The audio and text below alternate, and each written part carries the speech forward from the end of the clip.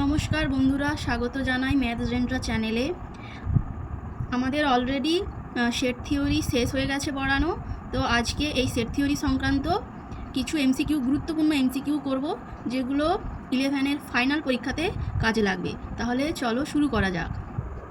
প্রথম কোশ্চেনটা বলেছে যে যদি একটি সেটে 4টি উপাদান থাকে তবে ওই সেটের মোট উপসেট সংখ্যা কত হবে? তো অপশান দেওয়া আছে 8, 14, 15 অ্যান্ড 16। তো আমরা জানি কোনো একটা সেটের সাবসেট বের করার সূত্র হচ্ছে 2n। তো n এখানে হচ্ছে যে সেটের কতগুলো উপাদান, তাহলে n এখানে দেওয়া আছে n = 4, n = 4 দেওয়া আছে এখানে, তাহলে হবে 2^4, 2^4 হয় কত? 16। তাহলে অ্যান্সার হবে আমার 16। তাহলে পরবর্তী কোয়েশ্চেনটা হচ্ছে যে একটি সেটে 2n+1টি উপাদান রয়েছে। যদি সেটটির সর্বাধিক n সংখ্যক উপাদান বিশিষ্ট উপসেটের সংখ্যা 4096 হয় তবে n এর মান কত? তাহলে অপশানে রয়েছে 5, 6, 7 অ্যান্ড 8। তো তাহলে অ্যান্সারটা কী হবে দেখে নিই। আমরা জানি যে কোনো একটা সেটে যদি m সংখ্যক উপাদান থাকে তাহলে তার উপসেট সংখ্যা হয় 2m। তাহলে এখানে 2n+1 উপাদান রয়েছে, তাহলে এর উপসেট সংখ্যা হবে 2n+1। এবার কোয়েশ্চেনে দেওয়া আছে যে সর্বাধিক n সংখ্যক উপাদান, যা আসলে মোট উপসেট সংখ্যার ঠিক অর্ধেক। সর্বাধিক n সংখ্যক উপাদান যা আসলে এই 2n+1 এর অর্ধেক। তাহলে 2n+1 এর অর্ধেক করলে হয় 2n বেরোয়। এই 2n এর মানই দেওয়া আছে 4096। তাহলে আমরা লিখতে পারি 2n সমান 4096। আবার 4096কে আমরা লিখতে পারি 212। তাহলে এ দুটোর বেসকে সমান করি, 2n সমান 12, মানে বেস 2 দেওয়া আছে তাই এদের পাওয়ারকে সমান করি। পাওয়ার এখানে 2n, এখানে 12, তাই 2n সমান 12, তাই এখানে n এর মান বেরোলো 6। তাহলে অ্যান্সার বি, অপশান বি হচ্ছে আমাদের কারেক্ট অ্যান্সার।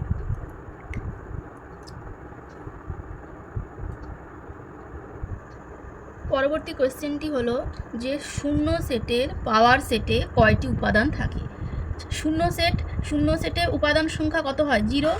এবার আমরা জানি কোনো সেটে যদি n সংখ্যক উপাদান থাকে তার পাওয়ার সেটে উপাদান থাকে 2n সংখ্যক।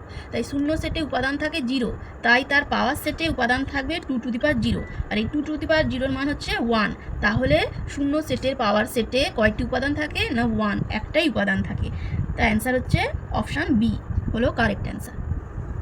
পরবর্তী কোশ্চেনটি হলো এ এবং বি দুটি সেট এমন যে n(a) সমান 17, মানে এতে এলিমেন্ট সংখ্যা হচ্ছে 17, n(b) সমান 23, মানে বিতে এলিমেন্ট সংখ্যা হচ্ছে 23, এবং n(a ইউনিয়ন b) সমান 38 হলে n(a) b এর মান কত? মানে a b তে কতগুলো এলিমেন্ট থাকবে। তো প্রথমে আমরা একটা ভেন ডায়াগ্রাম দেখে নিই। দুটো সেট নিলাম a এবং b, a এবং b, বলেছে n(a) সমান 17। তাহলে আমার দেয়া আছে, তাহলে এই n(a) এইটা সমান 17 দেয়া আছে, 17।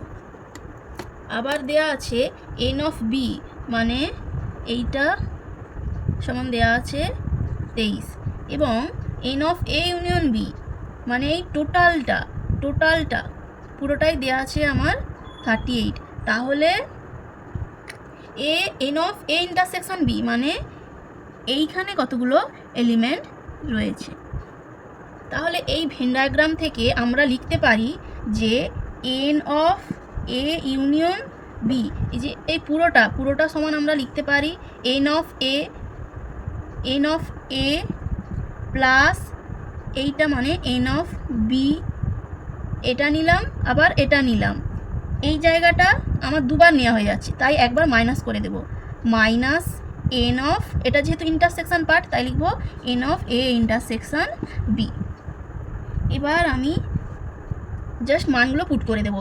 n(a ইউনিয়ন b) দেওয়া আছে 38 সমান n(a) দেওয়া আছে 17 প্লাস n(b) দেওয়া আছে 23 মাইনাস n(a) b।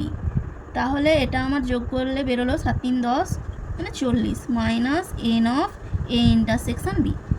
এবার এটা এদিকে নিয়ে এলে এবং এটা ওদিকে গেলে হবে n of A intersection B সমান 40 মাইনাস 38 মানে 2। তাহলে এন অফ এ ইন্টারসেকশন বির মান হলো 2। অপশান এ এখানে রাইট অ্যান্সার। পরবর্তী কোয়েশ্চেনটি হলো যে A union of A intersection B এর মান নিচের কোনটির সমান? Capital A, B, A intersection B না নাল সেট? তাহলে একটা উদাহরণ দিয়ে আমি জিনিসটা বুঝিয়ে দিই। এ একটা সেট নিলাম যার উপাদানগুলো হলো 1 2 3 এবং বি আরেকটা সেট নিলাম যার উপাদানগুলো হলো 3 4 5। প্রথমে আমি এ ইন্টারসেকশন বি বের করি। এ ইন্টারসেকশন বি মানে কমন যা আছে এ আর বির মধ্যে। এখানে আমরা দেখতে পাচ্ছি কমন একটাই এলিমেন্ট রয়েছে যা হলো 3। তাহলে এ ইন্টারসেকশন বির মান হলো শুধুমাত্র 3। এবার এর সাথে যদি আমি ইউনিয়ন করি A union of A intersection B, তাহলে এখানে আমার এর মান 1 2 3 union of A intersection B বেরিয়েছে শুধুমাত্র 3। তাহলে এদের ইউনিয়ন করলে আমরা পাবো 1 2 3। তাহলে ঘুরে ফিরে আমার আবার এই এ সেটটাই চলে এলো। তাহলে আমাদের সঠিক অ্যান্সার হলো অপশান এ। পরবর্তী কোশ্চেনটি হলো যে A intersection of B union C নিচের কোনটির সমান? তাহলে আমরা প্রথমে লিখে নেব যে A intersection of B union C. এখানে আমরা ডিস্ট্রিবিউটিভ প্রপার্টি লাগাবো। ডিস্ট্রিবিউটিভ প্রপার্টি মানে এই ইন্টারসেকশনটা দুই ক্ষেত্রে ডিস্ট্রিবিউট হয়ে যাবে। তাহলে একবার তাহলে নিলাম এ ইন্টারসেকশন বি, এটা আলাদা করে রাখলাম। এবার মাঝখানে ইউনিয়ন চিহ্ন দিয়ে আবার লিখলাম এ ইন্টারসেকশন সি। তাহলে আমার কোন অপশানে এটা রয়েছে? A intersection B union of A intersection C. ক্ষেত্রে অপশান এটাই হলো সঠিক অ্যান্সার। ভিডিওটি ভালো লাগলে লাইক শেয়ার কমেন্ট করো আর সাবস্ক্রাইব করে রাখো। ধন্যবাদ। Happy learning.